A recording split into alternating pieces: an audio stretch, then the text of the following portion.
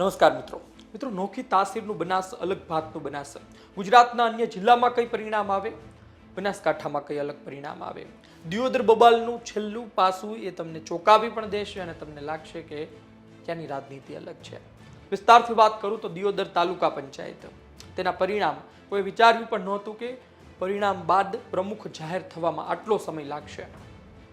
અન્ય તાલુકા પંચાયતમાં જાહેર થઈ ગયા, પરંતુ દિયોદરમાં તો હાઈ વોલ્ટેજ ડ્રામા ચાલતો હતો। 12 બેઠક કોંગ્રેસ પાસે, 10 બેઠક ભાજપ પાસે। કોંગ્રેસના સમર્થકો ઉતાવળમાં હતા કે ઝડપથી જાહેર કરો, કારણ કે ડર એ હતો કે કઈ ઓપરેશન ચલાવી આમાંથી પણ ઓછા ના કરી દે। 25 તારીખે બેઠક મળી હતી, ચૂંટણી અધિકારી હાજર રહ્યા હતા, પરંતુ ભાજપના નેતાઓના અંદરના ઝઘડાના કારણે તારીખ બદલવામાં આવે છે। કોંગ્રેસ સમર્થકો વિરોધ કરે છે, ગુસ્સો કરે છે। 27 તારીખ રાખવામાં આવે છે। 27 તારીખે ચૂંટણી અધિકારી હોસ્પિટલમાં દાખલ થઈ જાય છે। કોંગ્રેસ કાર્યકરો કહે છે કે આવું થોડું હોય, અમારી પાસે બહુમતી છે, 12 ચૂંટાયેલા ઉમેદવારો છે, તો તમે પછી કેમ આને પાછળ લઈ જઈ રહ્યા છો। આ વચ્ચે કિંજલબેન કે જેઓ પોતે પ્રેગ્નેન્ટ, 27 તારીખ આજુબાજુ તેમને તારીખ આપવામાં આવી ડોક્ટર દ્વારા કે તમને બાળક થઈ શકે છે, અને એ જ તારીખ પાછી ચૂંટણીની રાખવામાં આવી। તો તમે સમજો કે ચૂંટણી અધિકારી ના આવી શક્યા, પરંતુ એ બેન આવી ગયા, કિંજલબેન। અને ત્યારબાદ સવાલ એ થવા લાગ્યા કે પહેલા બેન પ્રેગ્નેન્ટ છે છતાં આવી રહ્યા છે, તો પછી ચૂંટણી અધિકારી શું એટલા બધા ઈજાગ્રસ્ત થઈ ગયા છે કે આવી નથી શકતા। 33 તારીખે ચૂંટણી થઈ, પ્રમુખ ઉપપ્રમુખ જાહેર થયા, અને ત્યારબાદ એ સમાચાર સામે આવે છે કે જે સમાચાર સાંભળીને તમે લાગશે કે આ શું ચાલી રહ્યું છે। સમાચાર એ છે કે જે બેન પ્રેગ્નેન્ટ હતા એ બેનના બાળકની ભણતરની જવાબદારી ડીસા કોંગ્રેસના આગેવાને ઉપાડી લીધી છે। અને આ સાથે સિદ્ધરાજસિંહ ચૌહાણ જે પોલીસને કહેતા હતા, સમજાવતા હતા કે શું થઈ રહ્યું છે, તમે પણ કાયદો વ્યવસ્થા જાળવો, તમારે શું કરવું જોઈએ, એમણે એમને બેન માની લીધા છે, અને બાકીનો આગળનો ખર્ચો પણ તેઓ ઉપાડશે। તમે સાંભળો શું જાહેરાત કરવામાં આવી। અમારે બીજું વિશેષ વાત નથી કરવાની, કોઈ પ્રચાર માટે હું નથી આવ્યો।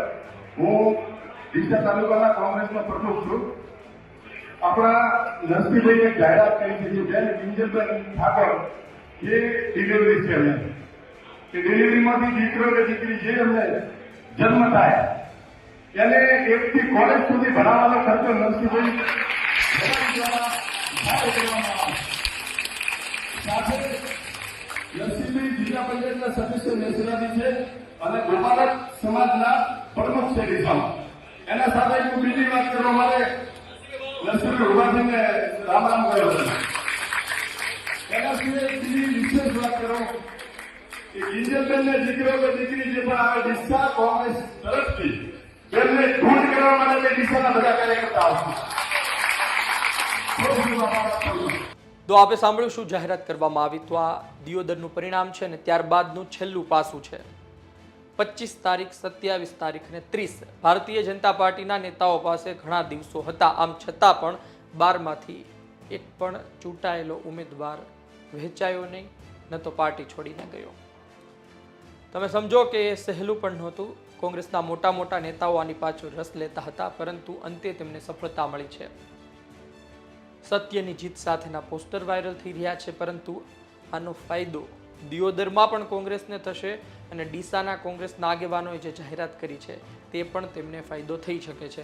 સામાજિક સમીકરણ આપણે ત્યાં ઉત્તર ગુજરાતમાં અતિ મહત્વનું માનવામાં આવે છે, અને તેમાં પણ જે ઠાકોર સમાજથી આવતા બેન છે તેની માટે આ પ્રકારે શિક્ષણની જાહેરાત કરવી, તેમને મદદની જાહેરાત કરવી એ ખૂબ મહત્વપૂર્ણ આવનાર દિવસમાં સાબિત થઈ શકે છે।